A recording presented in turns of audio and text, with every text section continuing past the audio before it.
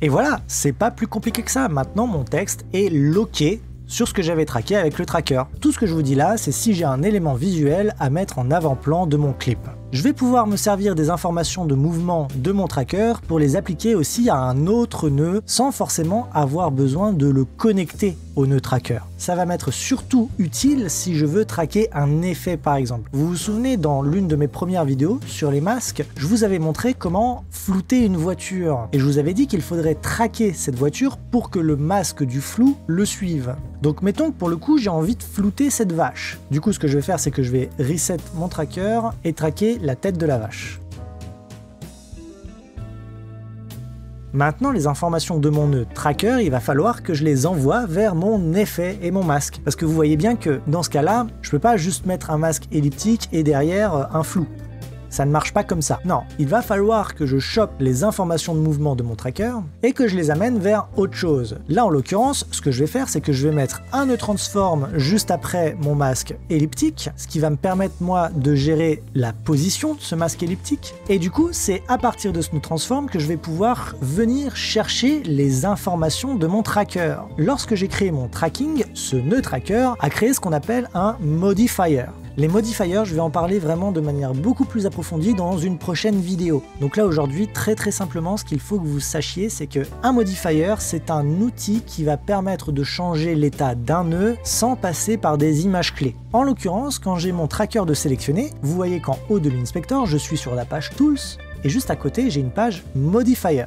Et dans la page Modifiers de mon nœud tracker, je vais avoir le path, le trajet de mon tracker. Et c'est cette information de trajet que je vais pouvoir récupérer dans mon nœud transform. Donc je vais dans mon nœud transform et à partir de là, je vais faire un clic droit sur l'image clé de la position de mon nœud et je vais aller chercher à le connecter. Donc je vais dans Connect to, la position du trajet de mon tracker ici. Et ainsi, automatiquement, la position de mon nœud transform sera liée à l'information path de mon tracker.